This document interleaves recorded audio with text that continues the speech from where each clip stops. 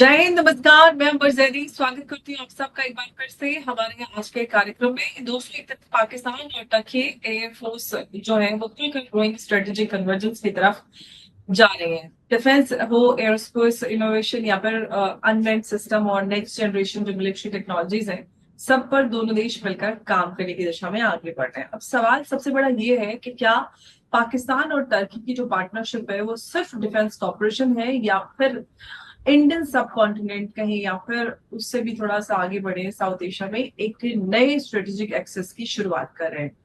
क्या जो Baker drones है या फिर एरोस्पेस टेक्नोलॉजी और सारा जो मिलिट्री इंटर ऑपरेबिलिटी है, क्या ये पूरा जो नेटवर्क है कल भारत के सिक्योरिटी इन्वायरमेंट को चैलेंज कर सकता है? क्या भारत के लिए ये सारी चीजें तैयार हो रही हैं? क्या अंकारा इस्लामाबाद की जो बढ़ती नजदीकियां हैं एक बॉर्डर जियोपॉलिटिकल रियल अलाइनमेंट का सिग्नल है? और सबसे बड़ी बात यह है कि जब पाकिस्तान पहले ही चाइना के साथ डिफेंस इंटीग्रेशन जो है वो डिपेंड कर रहा है, तो टर्की के साथ में ये स्ट्रेटेजिक कन्वर्जेंस किस दिशा में जा रहा है? और हमें ये बात याद रखनी होगी कि पाकिस्तान एयरफोर्स चीफ ने टर्किश एयरफोर्स लीडरशिप और जो डिफेंस मिनिस्टर्स हैं उनके साथ और जो जो बैकर टेक्नोलॉजीज है उसके साथ में टॉप एग्जीक्यूटिव के साथ में मीटिंग्स की है, जहां पर फोकस था joint exercise, pilot training, aerospace innovation और अनमैन्ड एरियल सिस्टम। तो क्या हम एक नए डिफेंस इकोसिस्टम को उभरते हुए देख रहे हैं? क्या टर्की और पाकिस्तान की जो पार्टनरशिप है कल drone warfare, AI enabled combat और जो एयर स्पेस कॉम्पिटिशन है उसका फाउंडेशन बन सकती है? तो इसको हम समझने की कोशिश करते हैं कि भारत के लिए ये क्या और कितना बड़ा चैलेंज है। और इसको बात करने के लिए मेरे साथ मौजूद है Lavina from resident views. Lavina, बहुत स्वागत है आपका जर्नी में। नमस्कार। Thanks, Emir. So this news had started doing rounds because इनके Air Force chief बैठे हुए थे तुर्की में परसों, and it went under the carpet. Even for Pakistan, it went under the carpet क्योंकि ज़्यादा इसको media glare नहीं मिला, and because there was not, I did not see. I saw social media discussions on it, but I did not see very big headlines. Though Turkish media did cover कि ये लोग शायद Kaan fighter jet, Not just big, not even small headline. I haven't seen anything related to this in Indian media. हाँ Indian media ने, but it was mostly the Turkish media and Yes. social media which were discussing it. And This is how Pakistan, yes.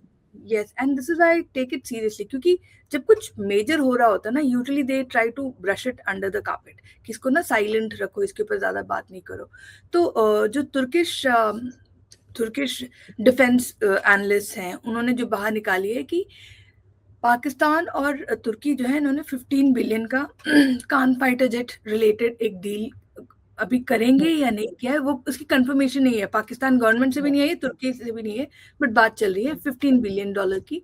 और ये कान fighter jet related है। It's a 5th gen stealth fighter jet and it is still it's still being tested and it's not perfect there, but Pakistan plans to buy। और joint production की बात पिछले साल declare हो गई थी कि पाकिस्तान में भी एक इसकी फैक्ट्री बनेगी और दैट फैक्ट्री विल प्रोड्यूस, उसमें से जो भी निकलेगा by 2028 Pakistan would have started to induct it. That was the main thing that they said like पिछले साल। तो अब जो है, अब क्या डिफरेंस आया है इज कि वो लोग कह रहे हैं कि they might fasten this process, जो आप 2028 2020 30 में मिला था, probably a little earlier, but we are almost into 2027 now, so I don't think that is happening. That could be little exaggerated because some of this news is actually exaggerated, but 65 Khan fighter jets, that is a news। क्योंकि क्या हुआ, कल India का भी एक statement आया। India, Cyprus के president थे इंडिया में, तो everyone was like, are we planning some alliance against Turkey because Cyprus is sitting right next to Yes.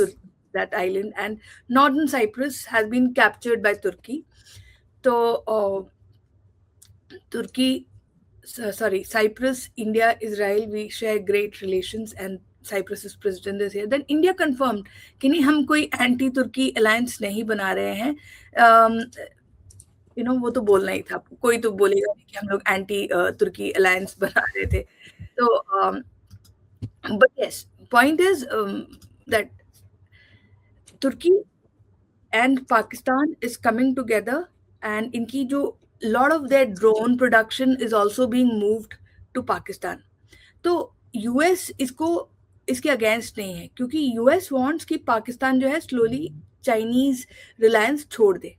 तो तुर्की को वैक्यूम मिल रहा है जहां पे तुर्की स्लोली स्लोली आ रही है। ऑपरेशन सिंदूर में यहाँ ड्रोन्स गिरे थे, they were all Turkish in origin, right? Those were Turkish origin drones and they fell. That's a different thing. But point is कि US will also allow Pakistan to buy stuff from Turkey. Turkey is a NATO country. And तो जो NATO country है तो उसकी जो भी production होगी वो integrate हो पाएगी NATO के चीज़ों से. This is the advantage. I think कान का सबसे बड़ा advantage यही होगा कि वो वेस्टर्न इक्विपमेंट्स और अमेरिकन इक्विपमेंट्स को भी वो इंटीग्रेट कर पाएगी। तो तुर्की का एडवांटेज ये है, तुर्की को यूएस इसीलिए प्रमोट भी कर रही है, उसके अगेंस्ट नहीं है। आप ये देखो जितना भी अर्दोगान या तुर्की की जितनी भी ड्रोन्स आ रही हैं, इवन दैट ईहा Bayraktar, they are Erdogan son in law's company. And one of the reasons why Turkey shifted to drones, UAVs was कि इनकी 2016 में एक बहुत बड़ी कू हुई थी जिसमें अर्दोगान मरते मरते बचे थे। उसमें अर्दोगान को बचाया था रशिया ने। It is a very interesting story. Can I just tell it for those who do not know? Yeah, please. कि क्या हुआ था 2016 में, बहुत इंटरेस्टिंग था। एकदम से न्यूज आती है कि तुर्की ने रशिया की एक सुखोई को टारगेट किया और ये सीरियन बॉर्डर के आसपास हुआ था। तुर्की ने कहा नहीं, it was a threat to us and Russia भिड़ गई थी तुर्की के साथ, बहुत बुरी तरह भिड़ गई थी उस टाइम पे। विद इन अ मंथ और 2 आफ्टर दैट इंसिडेंट एकदम से न्यूज आती है कि तुर्की में कू हो गया, लेकिन जहां पे तुर्की की एयरफोर्स ने टारगेट किया वहां पे अर्दोगान था नहीं, बच गया। तो तुर्किश एयरफोर्स के ऊपर सारा ब्लेम आया, मिलिट्री के ऊपर नहीं, क्योंकि सारी इनकी एयर एक्टिविटी हुई थी। तो फिर पता चला रशिया ने, पुतिन ने अर्दोगान को बताया था कि आपके अगेंस्ट कू होने वाला है। इनफैक्ट वो जो अटैक हुआ था रशिया की फाइटर जेट पे, वो भी तुर्किश एयरफोर्स ने प्लान किया था to cause friction between Turkey and Russia and गिरा दिया था। तो उसके साथ ही अर्दोगान ने क्या किया, मतलब एयरफोर्स की इनको डिस्ट्रॉय कर दिया बिल्कुल, और इनकी इतने सारे पायलट्स को जेल किया है। द नंबर्स आर अननोन, 200-300 तो लोग ऑफिशियल बोलते हैं, but we do not know. But the entire air force बिल्कुल एकदम से everyone was being hammered. And then they brought in the idea of using unmanned vehicles. तो पायलट्स के ऊपर रिलाय करने की जरूरत नहीं पड़ेगी, और पायलट्स थे भी नहीं, आधे तो उन्होंने निकाल दिए। तो and that is how Turkey made this massive entry into drones, and Turkish drones went to Ukraine, did not perform well. They came to Pakistan, they did not perform well during Operation Sindoor. ये proof है। but Khan fighter अगर आया भी, again it will be a very raw product। तुर्की की कोई भी defence product आप देखो ना, चाहे उनकी गन्स हो चाहे उनकी ड्रोन्स हो, फाइटर जेट तो मतलब अगले लेवल की चीज है। I don't think it will have any substance और anything worth it. South Korea भी बहुत टाइम से फाइटर जेट का ये कर रही है। Nobody could make a good one. China अपना बोलती रहती है JF-17, J-20s and all that, but they are not good enough. Is a reality. JF-17 इनकी चाइनीज की जो है, अफ्रीका में उसके बहुत अच्छे एग्जाम्पल्स आते हैं। कभी इनकी फाइटर जेट को एक्चुअली धक्के मार के अफ्रीका में इसकी वीडियो निकली है। I don't remember which country was it, but JF-17 is being pushed by people because it's not working. So if Pakistan is, so Pakistan knows that it has a problem. This is why they're switching to this Turkish deal कि इनकी fighter jets को 5th gen इसको Turkish बना ले at least. They can't afford to buy anything else. Russia के खरीद नहीं सकते क्योंकि they use American system, America खा जाए इनको। अमेरिका की फाइटर जेट खरीदने की औकात नहीं है। तो या that is one bit of it. But I don't know, इनकी जो एयरफोर्स चीफ, जो उनकी जो पिक्चर आई थी परसों, there is one part of his history which is not discussed much. his name is Sandhu, right? Sindhu, whatever. So there he is the air chief. He was supposed to retire in 2024, and this is 2026. He's got 2 year extension, one day before the retirement. उसके बाद पता चलता है कि उनके नीचे एक white paper leak हुआ था, इन्हीं के जूनियर्स ने लीक किया था, and there was massive amount of scam which is happening. उनमें से एक स्कैम ये है कि संधू के जो ब्रदर हैं वो पॉलिटिशियन है, एंड ही सम गुजरात 4 करके एक जगह से ही वाज इलेक्टेड, पीएमएलएन के पॉलिटिशियन है. वहां पे इन्होंने एयरबेस बनाने का प्लान किया है. पाकिस्तान के एयरफोर्स ने वहां पे बेस बनाने का ये किया, and Pakistani air force already knew कि इसका कोई स्ट्रैटेजिक इंपॉर्टेंस नहीं है. ये सब पैसे एठले में, what do you call it, मैं हिंदी में ऐंठने में लगे हैं, and they're just filling their own pockets, right? I got the word right, I think. तो लगे हुए हैं. तो इनकी जो Air Force chief, when he was sitting in Turkey and making all these Khan fighter jet deals, another thing that came to mind was corruption. कि इसमें कितना करप्शन होगा. This man has been accused of a lot of corruption. और जो white paper leak हुआ भी था, जब इनको एक्सटेंशन मिला था, तो जो इनके सीनियर ऑफिसर्स थे पाकिस्तान के, जो उसमें इन्वॉल्व थे उस लीक में, इनके जो बब्बर सिंधु के जो इनके चीफ है, उसकी डीड्स जो उन्होंने एक्सपोज की, उन सब बाहर निकाला. तो Pakistan air force is also facing the same problem as Turkish air force कि इनके. लेकिन एक बात बताइए लेविना, एक तो सबसे पहले कि ये कि क्या पाकिस्तान और टर्की, कि टर्की और पाकिस्तान इक्वली बांग्लादेश में भी एक्टिव है, तो क्या ये इंडियन सब कॉन्टिनेंट में कोई एक नया स्ट्रेटेजिक ब्लॉक बनाने की कोशिश करें? क्योंकि हाजी आसिफ ने कुछ हफ्तों पहले ये बोला था कि हम सिमिलर डिफेंस पैक्ट जैसे सऊदी के साथ किया, वैसे ही हम कतर और टर्की के साथ भी करने वाले हैं. तो इस्लामिक नेटो वाला तो पाबंदा चल ही रहा है. साथ ही साथ जो पाकिस्तान टर्की एरोस्पेस पार्टनरशिप है, इसका असली टारगेट क्या है? यही था पहले तो, ये कि Chinese equipment. So this is why US is allowing Turkey to move into Indian subcontinent. आपके इंडियन सबकॉन्टिनेंट में श्रीलंका, नेपाल के साथ negligent amount of Turkish deals. आपकी मालदीव्स के साथ अच्छी तुर्किश डील्स हो रही हैं. आपकी बांग्लादेश के साथ, ऑफ कोर्स पाकिस्तान के बाद बांग्लादेश में सबसे ज्यादा तुर्की की एंट्री हुई है. We have been regularly putting out videos, exclusive videos of Turkish equipment coming, air defence हो, चाहे उनका MRAP जो माइन रेजिस्टेंट व्हीकल्स होती हैं वो हो, फिर मल्टीपल एरियाज, ड्रोन्स अगेन. तो क्या है, again Bangladesh playing the same game. Bangladesh, we will discuss last time, 70 to 80% again Chinese equipment है उनके पास.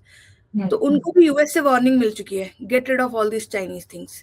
तो they are also slowly moving it up. China के बाद कौन? अमेरिका से चीजें खरीद नहीं सकते हैं, इंडिया से खरीदना नहीं चाहते हैं. That is where the attitude shows. They do not want to buy Indian equipment. Otherwise, they could have bought it and we would have sold it at good price to them. But they are switching to Turkey and they're giving Turkey that entry. अब तुर्की को, अब यहाँ पे US की policy सिर्फ ये है कि चाइना को दफा करो. यूएस डजंट केयर इंडियन सब कॉन्टिनेंट में क्या होगा उसकी वजह से. Instead of China, we'll have Turkey. And Turkey, we know, has been training ISIS terrorists since very long and has been sending them to Syria. In fact, Syria में आज जो उनका चीफ है Al-Shura, वो तो Turkish man है. This is why Israel is so anti this guy, is Shura के against इसीलिए है क्योंकि वो तुर्की का आदमी कहते हैं उसको. तो तुर्की जब तक, और एक और चीज ये है कि जब तक अर्दगान है ना, ये सब रहेगा. ये जो प्रॉब्लम्स तुर्की की वजह से हमको हो रही है, ये पिछले 15-20 सालों से स्टार्ट हुई है, जब से अर्दगान आए हैं. He is ageing, his son in law doesn't have any popular following, but he runs the defence companies.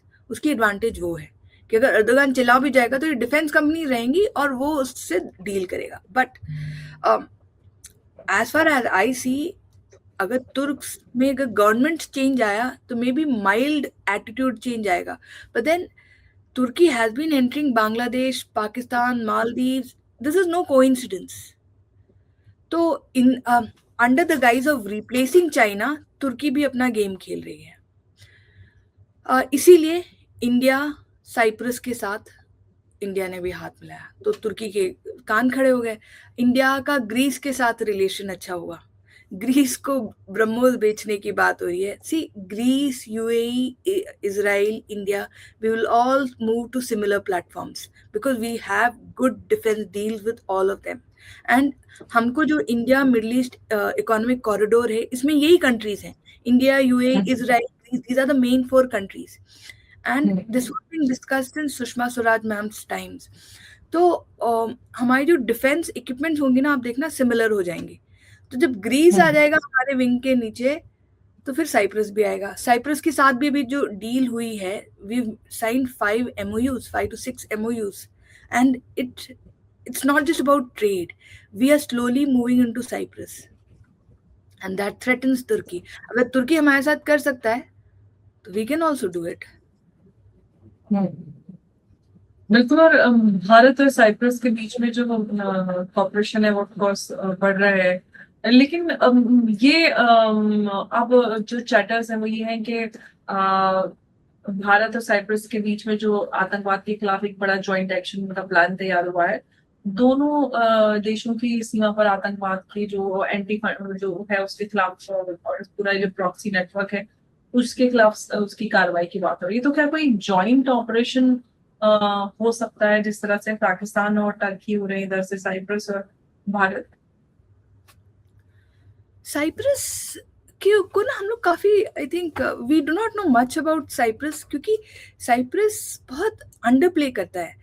आपकी जब ईरान में अटैक्स हुई थी ना, Cyprus's base was used by UK and US.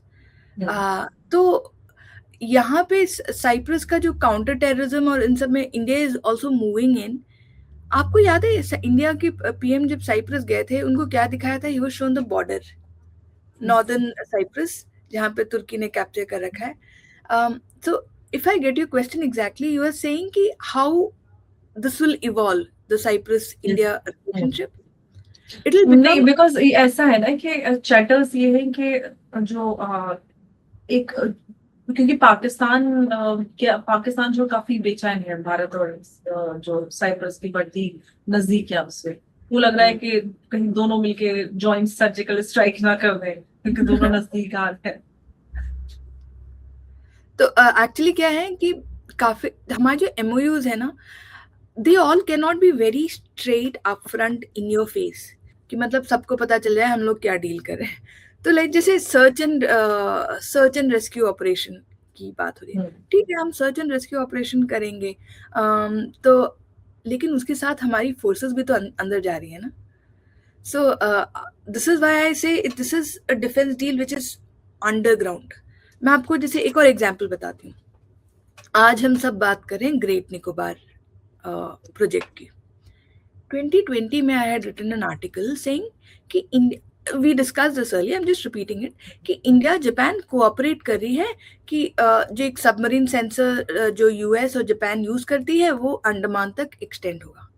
ये 2020 का मेरा आर्टिकल है, जब already Japanese company Andaman Nicobar में वो कर रही थी, और साथ में जितने भी चाइनीज सबमरीन तब से जब से आते थे तो सब हम लोग बाहर डाल देते, इमीडिएटली हमारी एजेंसीज उसको मीडिया के थ्रू बाहर निकाल देती थी कि देखो चाइनीज सबमरीन आ गया है, और उसकी न्यूज हर जगह फैल जाती थी, and Chinese used to get very aggressive about it.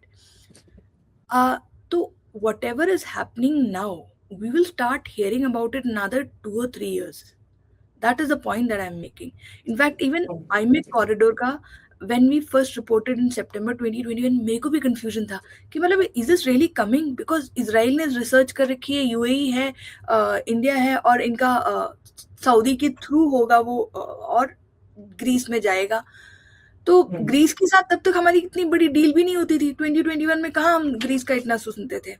It is since 2022 जब ब्रह्मोस और इन सब की डिफेंस डील की, और फर्स्ट हमारा एयरफोर्स एक्सरसाइज और ये सब साथ में होने लगा था।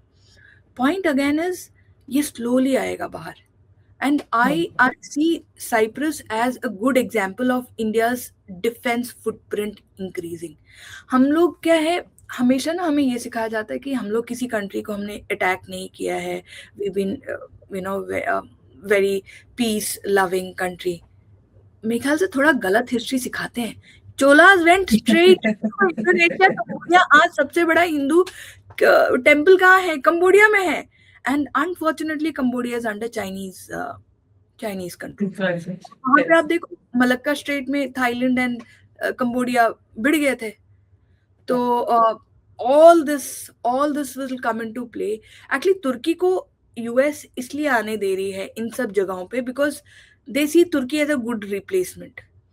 अनफॉर्चुनेटली हम लोग बिकॉज डिफेंस में थोड़ा लैग कर रहे थे पहले, हम लोग को वो वैक्यूम फिल करने को नहीं मिला जो चाइना फिल कर रही थी when it comes to defence deals.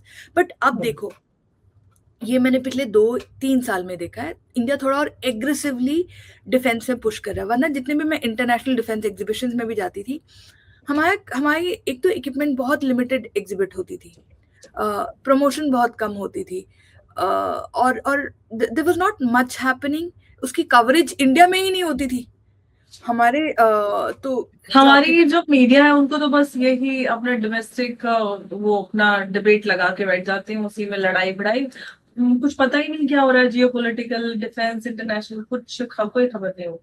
तो या फिर हमारे एडवर्सरीज कहाँ पे किससे क्या कहाँ कर पे रहे है हैं, ये? I have fought on this at multiple levels कि हमारे जो डिफेंस ऑफिसर्स हैं they should be allowed to attend these international exhibitions. क्योंकि मैंने अपने सामने होते हुए देखा है कि रशियन डिफेंस स्टॉल पे, ये 2021 की बात होगी, कोविड के बीच में, पाकिस्तान का सीनियर ऑफिसर है in all his glory, medal वेडल जो भी है इनका लगा के घूम रहा है तो इंटरनेशनल। वो तारिक अंकल बोलते थे कि चोर बाजार से खरीद के लगाए हुए बिल्ले हैं। So he was standing at a Russian stall, and he had his bodyguards, and मैं just निकली थी तो I saw him entering and he was discussing Kalashnikov के हम लोग कलाशनिकोव AK-47 और गन्स के साथ ही एसोसिएट करते हैं, but they also produce bullet proof jackets and full length jackets, बिल्कुल नीचे तक टॉर्सो पूरा कवर करके। I was surprised that this is happening and I was like, there is no Indian military presence.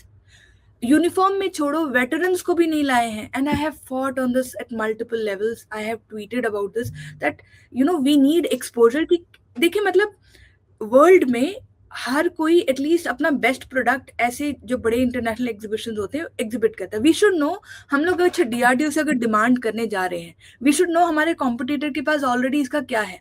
जैसे Chinese spying equipments थी, अब वो workable है, फंक्शनल है, पता नहीं, but what they were claiming was good enough.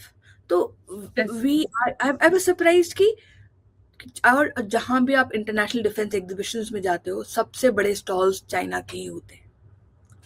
और क्या होता है चाइना की ये क्या मतलब, अगर उनका अनमैन्ड व्हीकल्स या इनकी जो भी ड्रोन्स हैं, जो भी हैं, even if it is not functional, I like the concept, I like the concept of it. So even for us to get introduced to that concept, we should like expose ourselves, right? लेकिन अब वो हो रहा है। अब वो पिछले 3 या 4 साल में मैं थोड़ा और एग्रेसिव वो देख रही हूँ। वो 2021 में जब हमारा बहुत लिमिटेड छोटा डिफेंस एग्जिबिट्स होता था, but now it is growing and now we are like compete. देखिए we are making good sales pitch. तो अर्मेनिया, जो हमारा अर्मेनिया के साथ है ना, वैसी level of defence cooperation I am so sure Cyprus के साथ भी होगी। क्योंकि अब देखिए, अब आप देखना अजरबैजान थोड़ा म्यूट हो गया है, एंटी इंडिया अब थोड़ा वो अपना स्टांस चेंज कर रहा है, क्योंकि Pakistan is an over reliant Chinese entity basically, और इसीलिए तालिबान को वापस लेके आए थे कि यहाँ से चाइना को रफा दफा करो, एंड इमरान खान को इसीलिए बाहर निकाला था। Point is, Azerbaijan understood that if it anchors itself to Pakistan too much, it is gone. And अब जो इनका जो कंसेप्ट है, जो ब्रदरहुड का कंसेप्ट लेके ये लोग बोलते रहते थे, अब स्लोली आप उसमें से अजरबैजान का नाम बाहर आते देखते हैं, क्योंकि Azerbaijan is an excellent Israeli ally.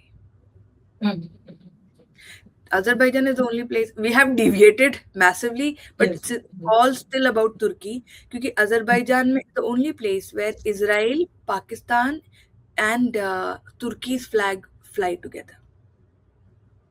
एक बात मैं आपसे लास्ट में लवीना से बताना चाहूंगी कि भारत की जो स्ट्रेटेजिक या फिर भारत की जो नेशनल सिक्योरिटी पर क्या सीधा असर पड़ रहा है जो ये अलायंस बन रहा है पूरा इससे? Turkey, Pakistan and their entry, this and also massive China as well, China भी इसमें है, चाइना भी है, चाइना को निकाल नहीं सकते। China was वो एक existing prominent threat है, and we have हमारे पास सागर पॉलिसी जैसे हमने बनाई, हमारी सागर सेंसर, पास हमने सारे जितनी भी इंडियन सबका मॉरिशस से लेके हमने श्रीलंका सब में जाके लगा दिया है। बट फिर भी आप देखो श्रीलंका फिर भी जाके मालदीव्स के साथ अपनी डील्स अच्छी करती। क्यों? Maldives is again another Chinese ally, और इसको जब यूएस और इंडिया से डंडे लगे थे तब जाके वो थोड़ा सीधा हुआ था। बट इवन देन आपके मालदीव्स के प्रेसिडेंट की वाइफ का भाई आईसिस का रिक्रूटमेंट करता था, तो आप सोच ही सकते हो उनका कितना लेना देना। और श्रीलंका की जो पॉलिटिशियंस अगर हैं भी प्रो इंडिया, आप उनके फोर्सेस को चेंज नहीं कर सकते। उनकी force is very pro China, very pro China, very pro Pakistan. This is why ISIS का जो ट्रेनिंग कैंप श्रीलंका में स्टार्ट हुआ था, it is all thanks to the Chinese Pakistan embassy वहां पे। और इंडिया ने पाकिस्तान की उस एम्बेसी ऑफिसर का नाम भी लिया था कि ये पर्टिकुलर ऑफिसर है। He was then removed from Sri Lanka. Sri Lanka ने प्रिटेंड किया कि हमने इसको निकाल दिया पाकिस्तान एम्बेसी ऑफिसर को। 1 year later the same embassy officer returns. How shameless can Sri Lanka and Pakistan be? Did they really think India will ignore? And Sri Lankans को ये चीज याद रखनी चाहिए थी कि they are letting Pakistan get ISIS into Sri Lanka. तो मतलब बेसिकली हमारे जो इंडियन सब कॉन्टिनेंट की जितनी भी कंट्रीज हैं, they're all corrupt. They're all corrupt to hell. That is the big problem, challenge we face. Be it Nepal, Bangladesh, Maldives, Sri Lanka में इंटेल चीफ उनके अंदर हुए हैं। मतलब आप अगर इंटेल चीफ इज करप्ट तो आप क्या ही कह सकते हो, राइट? इनके नेवल चीफ, इनके एयरफोर्स चीफ, सब पे स्कैम लगे हैं, सबकी लीक्स आती रहती है। They're all corrupt to next level. तो हमको अपना इंटरनल साफ करना है, इसके साथ we also have to clean this is a real mess. Yes, बिल्कुल। और आज की जो कहानी है वो सिर्फ पाकिस्तान और टर्की की दोस्ती की नहीं है, ये कहानी है उस दुनिया की जहां पर अलायंसेस सिर्फ बॉर्डर से नहीं बल्कि टेक्नोलॉजी, ड्रोन्स, एरोस्पेस इनोवेशन और डिफेंस इकोसिस्टम से डेप्थ। पाकिस्तान और टर्की ने डिफेंस कॉर्पोरेशन को और गहरा करने का संकल्प दिखाया है। जॉइंट एक्सरसाइजेस, या please, I forgot to add कि तुर्की का ड्रोन आके इंडिया में गिर तो गया, we have reverse engineered it, we have figured out what they were right? This is a known fact. And so Turkey, I do believe Turkey is also changing its stance mildly when it comes to Pakistan, क्योंकि पाकिस्तान को वो finally I want to end with this conclusion कि पाकिस्तान तुर्की अपना एक test ground की तरह देखता है। हुआ भी ऑपरेशन सिंदूर में, they tested the Turkish but of course वो नैरेटिव अलग है और हकीकत एक अलग ही होता है। नैरेटिव और रियलिटी में दोनों फर्क होता है। तो जो ये जॉइंट एक्सरसाइजेज और पायलट ट्रेनिंग, एरोस्पेस कोलैबोरेशन और इमर्जिंग टेक्नोलॉजीज पर फोकस करने की बात हुई है, लेकिन असली सवाल अब भी वही है कि क्या ये सिर्फ स्ट्रेटेजिक पार्टनरशिप है या फिर इंडियन सब कॉन्टिनेंट का जो पावर बैलेंस है उसमें आने वाले एक बड़े बदलाव की जरूरत। क्या भारत को अपनी मिलिट्री मॉडर्नाइजेशन और इंडिजिनस डिफेंस कैपेबिलिटीज को और तेज करना होगा, और अगले 10 सालों में क्या जो एशिया है उसका सिक्योरिटी आर्किटेक्चर जो है वो किस दिशा में जाने वाला है, भारत के आसपास, या फिर हम पाकिस्तान और हम उसकी बात करते हैं चाइना और टर्की की, उनका जो स्ट्रेटेजिक नेटवर्क है उसके आसपास जो सारी चीजें डेवलप हो रही हैं, ये बड़ा सवाल करे। तो ये सवाल यही है आज का, ये नहीं है कि भारत के जो अगले दशक की जो सिक्योरिटी और जो जियोपॉलिटिकल पोजीशन है वो तय करने वाले का ये सवाल है, ये सवाल है।